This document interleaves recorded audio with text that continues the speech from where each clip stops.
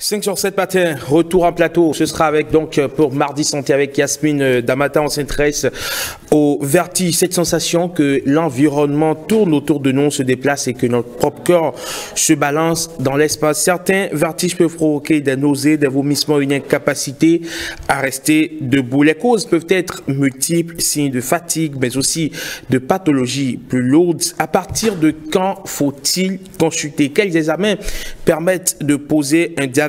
Comment traiter à long terme ces troubles de l'équilibre? Évidemment, on retrouve Yasmine Damata. Yasmine, venez avec moi s'il vous plaît. C'est la dame qui... voilà. Edmond, comment vous vous portez? Mais je me porte comme un charme. Aujourd'hui, on parle de vertige, comme vous l'avez dit aux téléspectateurs. J'espère que vous n'avez pas eu le vertige avant de monter sur le plateau. Pas du tout, puisque... Qui a ralenti aujourd'hui. La plupart du temps, vous veniez en foulée, mais aujourd'hui, vous avez choisi de venir à pas feutrer. Oui, c'est pour montrer que les vertiges, ça peut attraper n'importe qui, mais j'ai pas eu de vertige. N'est-ce pas? Allez, on va s'intéresser donc à... Ça peut paraître banal, hein, les vertiges, mais bon, voilà. Ça peut cacher peut-être une pathologie. C'est ce que vous allez essayer de nous démêler avec votre invité. J'y arrive enfin. Oui, lui, c'est un médecin ORL. Bonjour, fidèle téléspectateur. Et mon Amégan, ça va à la pleine forme. Ben, je suis là, je tiens le coup, je suis là. On a commencé par parler de vertige, j'ai oublié les civilités. Bon, j'ai écouté, vous êtes excusé. Merci. Bonjour également à notre médecin ORL qui est sur ce plateau pour nous parler des vertiges. Non, mais vous n'allez pas y échapper. Hein. En tout cas. ORL, évidemment. Otorhinolaryngologiste. Je savais que ça allait arriver. Bon, en fait, c'est pourquoi moi je me suis entraîné pour vous ravir la vedette. Allez-y, allez-y. Otorhinolaryngologiste. Oh, bravo, félicitations. C'est pas si facile. Oui, c'est bien cela. J'ai passé toute la nuit à réviser cela, je peux vous l'assurer. Mais en fait, pour le faire également, c'est vrai qu'il faut tout le temps réviser cela, mais bon. Il faut se mettre des tirets. Le mieux, c'est de dire ORL. C'est plus simple. Et tout le monde sait que d'abord, déjà, on peut commencer par expliquer déjà aux téléspectateurs c'est quoi un médecin ORL. C'est quoi son rôle? Voilà, donc en fait, l'ORL, c'est une spécialité médico-chirurgicale qui s'occupe essentiellement de la sphère O pour dire oreille, R pour dire rhino, donc par rapport au nez, et gorge pour dire le larynx. Voilà. Puis et aussi au Bénin, cette spécialité s'occupe aussi des chirurgies de la face et du cou. D'accord. Chirurgie de la face et du cou, c'est-à-dire ceux qui ont envie de réparer leurs joues, de redresser leurs narines. Il y a le volet esthétique dans l'ORL. Ils vont faire des rhinoplasties, des septoplasties. Au niveau du cou, la chirurgie la plus courante, c'est le goitre, par exemple. Voilà. Donc, les maladies thyroïdaires. Voilà, c'est ça. D'accord. Et est-ce que les Béninois s'intéressent, on va dire, à la chirurgie faciale? Oui.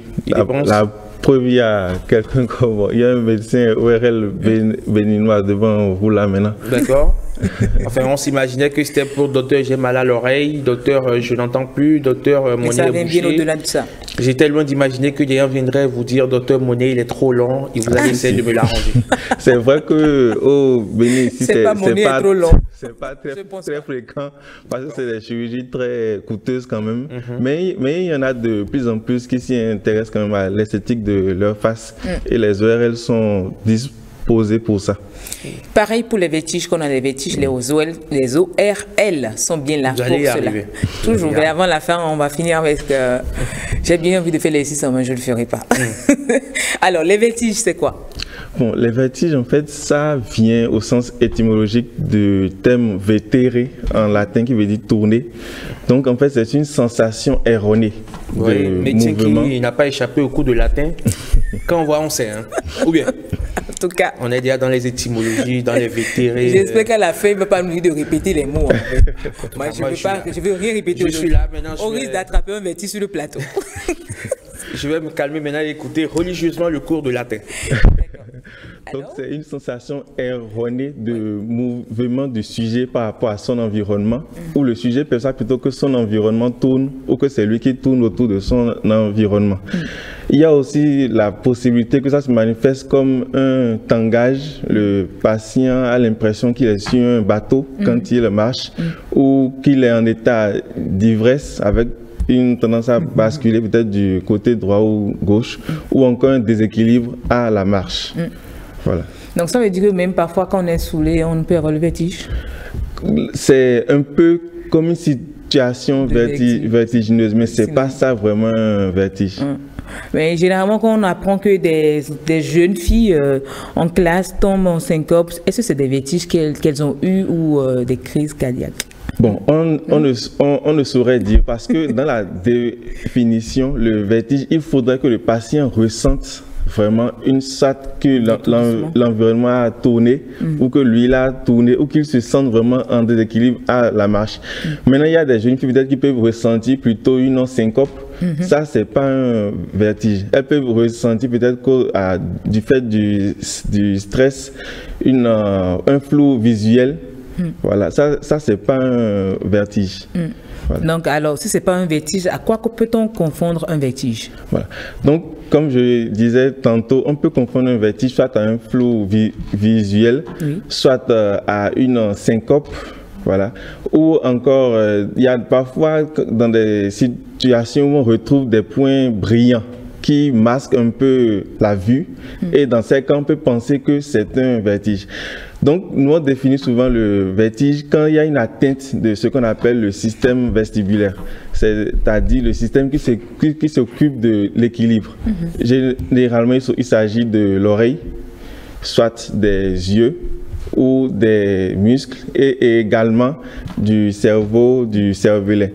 Donc, l'atteinte de ces éléments, c'est ça qui est en cause de vertige. Donc les faux vertiges pour nous vont concerner peut-être les hypoglycémies, par exemple. Ça peut concerner le fait d'avoir le mal des hauteurs, voilà, ou aussi le mal des transports. Une anémie pour nous, ça donne des faux vertiges parce que c'est pas vraiment lié à une atteinte du système vestibulaire, mais plutôt un taux bas du taux d'hémoglobine. Voilà. Donc voilà des choses avec lesquelles on a tendance à confondre. Voilà.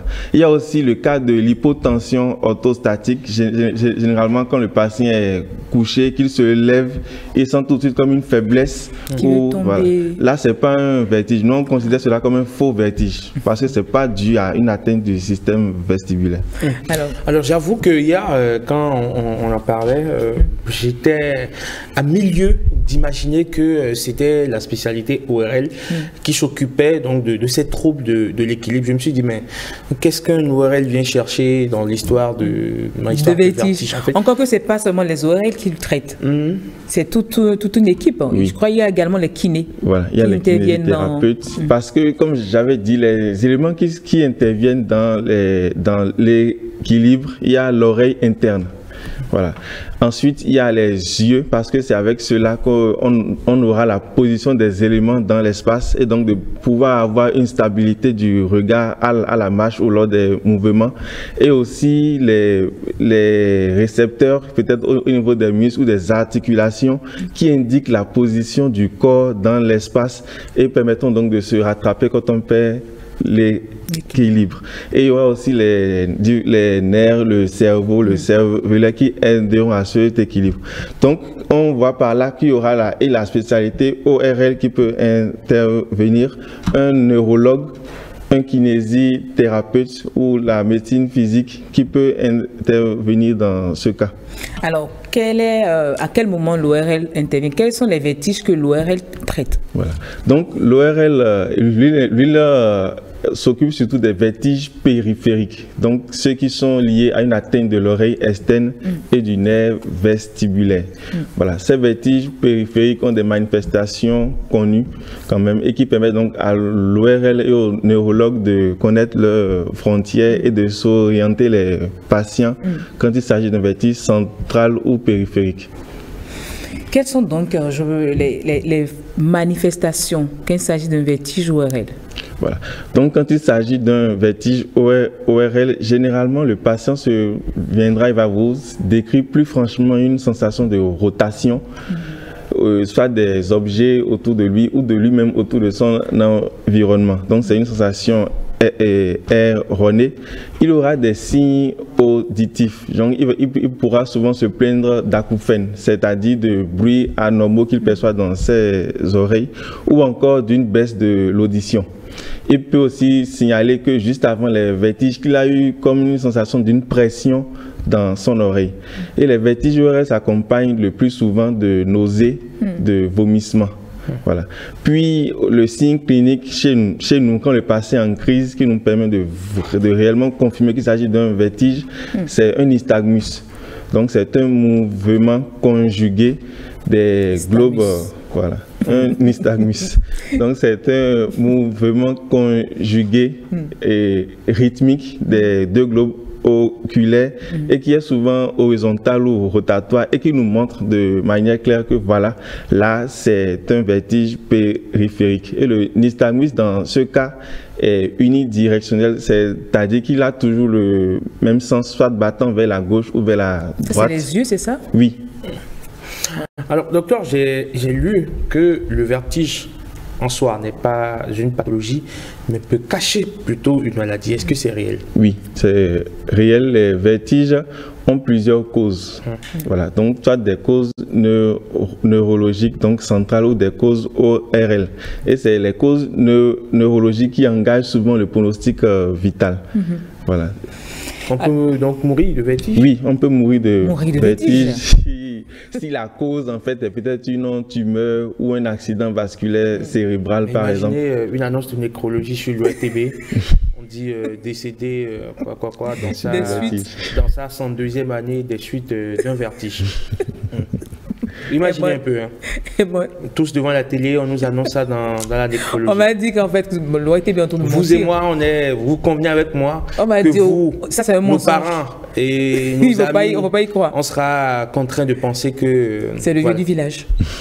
En réalité, ça, je ne l'ai pas dit. Mais alors, pour éviter cette mort subite, comment, à quel moment il faut consulter? Voilà. Donc, il y a généralement, donc c'est l'association d'un vertige avec des signes neurologiques qui est vraiment très inquiétant et qui nécessite qu'on consulte vraiment le plus tôt possible. Par exemple, le cas d'un vertige avec des céphalées inhabituelles, des maux de tête très intenses, ça peut signer peut-être un AVC. Et tout le monde connaît le pronostic devant un AVC. Aussi devant un vertige avec des troubles de la conscience ou une confusion. Voilà. Ça aussi, c'est vraiment très handicapant. Il serait mieux de consulter. Aussi, par exemple, des vertiges qui surviennent avec une impossibilité à soulever un membre, par exemple une chute de la paupière ou une asymétrie faciale. Tout ça, c'est des signes qui inquiètent et qui nous orientent, nous, à peut-être qu'il est en train de faire un AVC et il faudrait vraiment que le patient consulte tôt. Aussi, quand vous voyez que le patient n'arrive pas à tenir debout à cause d'un vertige, il n'arrive même pas à faire un pas, il serait mieux de le conduire tout de suite à l'hôpital. Là, vous avez cité autant de signes, mais je me dis, c'est ces signes, c'est quand on est à l'hôpital qu'on remarque ou c'est déjà à la maison que la personne remarque? Déjà à la maison. Par exemple, il est avec quelqu'un, il se plaint de vertige et l'autre, il le regarde, il remarque tout de suite qu'à son visage, il y a une lèvre, la lèvre déviée à droite. Il dit qu'il a vraiment très mal à la tête. Là, c'est des signes, il faut qu'on aille tout de suite à l'hôpital. Alors, le patient qui commence à présenter ces signes cliniques, est-ce que lui-même, il se rend compte que sa lèvre est en train de dévier? Pas toujours, pas toujours. Parfois, il ne sait pas du tout. Et donc, il serait peut-être bien qu'il y ait toujours quelqu'un. Bon, c'est pas bien de rester seul. Et aussi, quand on se lève chaque matin, c'est toujours bien de se regarder quand même dans de se mirer, en fait. Miroir pour voir s'il n'y a pas quelque chose. Si entre-temps, la lèvre ne s'est pas déplacée. C'est pas toujours la face, parce que ça peut être la lourdeur dans le bras. Oui, voilà, une lourdeur dans le bras, ou peut-être de la sensibilité d'un hémicorps, voilà, tout ça quand même. Alors, c'est vrai, Yasmine, qu'on n'a pas encore de Disneyland Cotonou, mais il arrive quand même qu'avec ce qu'on a, on se débrouille pour tourner dans les manèges. Et parfois, on sait que les manèges peuvent provoquer des vertiges. Est-ce que ce sont des vrais vertiges ou des faux vertiges? Oui, ce sont des vrais vertiges. Ah. Voilà. Et on devait s'inquiéter ou pas? C'est quoi le mécanisme?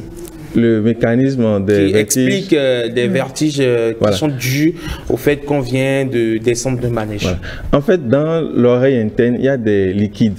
des liquides qu'on appelle liquides endo-lymphatiques. Voilà, donc en tournant, ces liquides-là aussi vont vraiment générer des rotations. Et c'est cette rotation intense au niveau de ces liquides-là qui peuvent donner ces vertiges. L'autre chose aussi, c'est que quand on est dans un manège et que ça tourne, on a tendance à avoir les yeux peut-être dans le coin de l'œil. Et ça, même chez un patient normal, quand on regarde vraiment, quand on a un regard excentré longtemps, ça peut donner des vertiges aussi. Et ceux-là, on parle de vertiges physiologiques. Parce que le fait d'avoir un regard excentré longtemps, ça peut donner le nystagmus dont j'ai parlé tout à l'heure. Vous conseillez les manèges? Bon, chacun avec ses sensations. Hein. D'accord. Même pas au-delà des manèges, même le fait que les enfants tournent sur eux-mêmes souvent, ils ont également des vertiges. Oui, ils ont des vertiges physiologiques. Il y a la danse Sakwata aussi. Mais eux, ils trouvent toujours leur équilibre. Hein. Bien sûr. Ils n'ont pas des vertiges. On n'a pas l'impression qu'ils ont des vertiges. Alors, on peut aborder à présent le traitement des vertiges? Oui.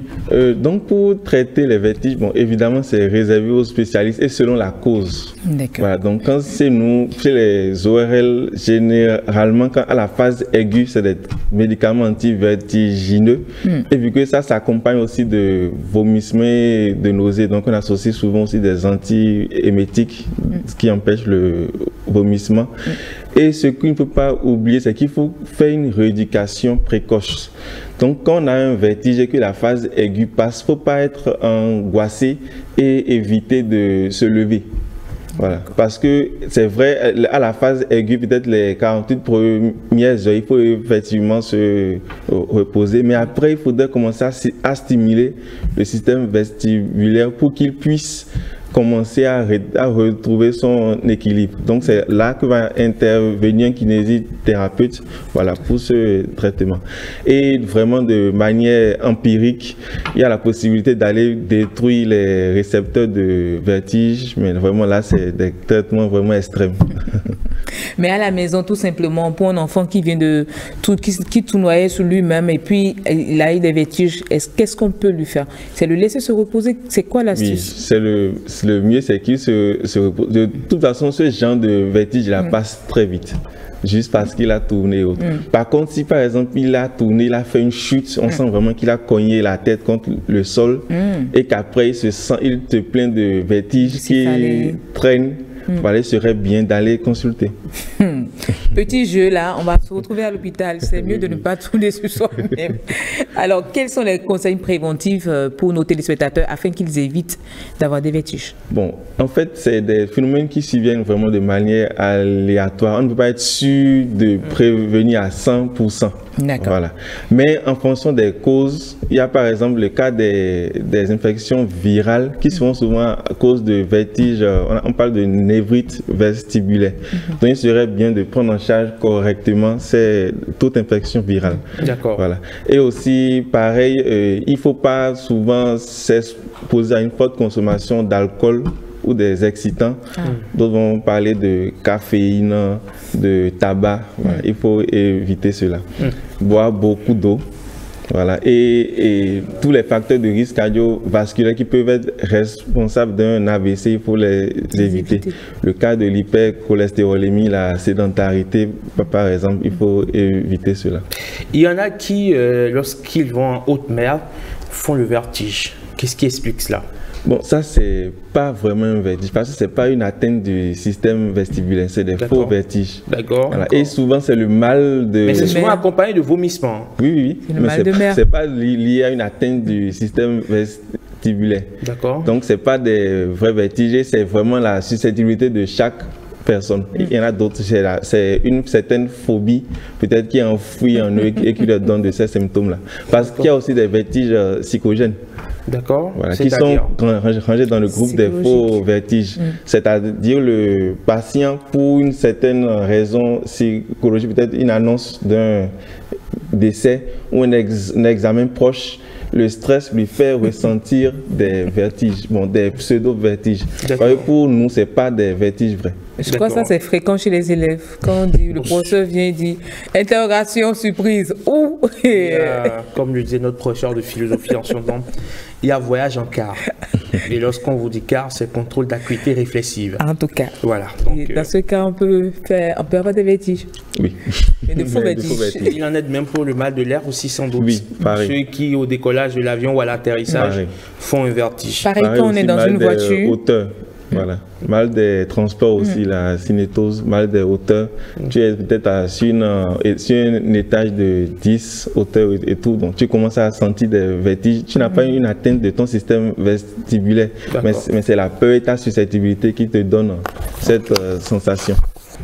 Donc, il y a des faux vertiges, il y a des vrais vertiges. Il faut juste faire attention. Quand c'est le vrai vertige, c'est de consulter. Quand vous avez une déformation faciale. On ne peut pas savoir de toute façon. Mais il y a forcément quelqu'un pour vous dire Edmond, tu as une déformation faciale. Là, tu sais que tu dois rapidement consulter. Bon, écoutez. Tu n'as pas. Tu n'auras pas. Voilà, ne faites même pas. N'imaginez même pas ça sur moi. Ça ne viendra pas. Loin de nous, ça, c'est juste un exemple en passant. Mais vous, téléspectateurs, quand vous voyez le signe sur vos amis ou sur votre proche, le mieux, c'est de l'amener à l'hôpital pour se faire consulter, pour savoir est-ce qu'il n'a pas une pathologie qu'il cache derrière ces vertiges qu'il a. C'est tout. Et on se dit à très bientôt. Merci beaucoup Yasmine. Ben, écoutez, on en a davantage appris sur les vertiges. Il y a les faux vertiges, c'est ça qui me fait rire. Mais avant, lorsqu'on sent la sensation de vertige, que ce soit le vrai ou le faux, est-ce qu'il est conseillé de boire de l'eau? Oui. Ça ne dérange pas, mais c'est vrai que ça peut s'accompagner de nausées, de vomissements. Donc, juste après avoir bu, vous pouvez encore avoir envie de rejeter. Vomir. Voilà. D'accord. Est-ce que la déshydratation peut causer un vertige? Oui, ça peut causer un vertige, dans le sens où il y a des liquides, voilà, des liquides en fait qui se retrouvent dans l'oreiller. Le manque de liquide peut... Donc l'hypoglycémie également peut causer des vertiges. Des faux vertiges, parce que ce n'est pas dû à l'atteinte du système vestibulaire. Il faut retenir un mot, système vestibulaire. C'est ça, le plus important pour parler de vertige. Sinon, le reste, c'est des faux vertiges. Allez, merci beaucoup, docteur. Docteur Jean-Hugues Faïhon, médecin ORL, otorhinolaryngologiste. Merci en tout cas, de nous avoir éclairé sur les vertiges. Dieu sait qu'on était nombreux à être assez ignorants de cette thématique. Tout ce qui est trouble de l'équilibre, on est dans la catégorie des vertiges. Pour peu qu'on voit un peu flou, qu'on soit un peu fatigué, que le corps lâche un peu, on se dit ah ouais, j'ai le vertige, et on court pour aller prendre, vous le savez, hein, ces médicaments de orangé là, effervescents. Vous savez de quoi je parle. Oui, pour ce ou jaunâtre. Voilà. Boyez un peu. Et on va se coucher en attendant que cela passe. Amandine Daniel-Bosso sera avec nous dans les prochaines minutes pour nous parler d'éducation à la citoyenneté, de ce projet de la SGDS. J'ai pu parler d'autorhinolaryngologie sans tomber. Et voilà, je parle de SGDS avec beaucoup de difficultés.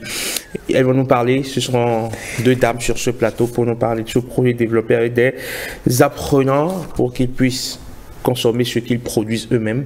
Imaginez, ils sont dans un établissement, ils ont leur potager, ils ont leur jardin, ils cultivent leurs légumes, ils cultivent leurs fruits aussi. Je ne sais pas, je vais demander, parce que ça risque de prendre le temps de leur cursus avant que l'arbre ne produise des fruits. C'est l'idéal, n'est-ce pas? En tout chacun avec son potager. Petite pause, le temps de retrouver deux charmantes tables sur ce plateau.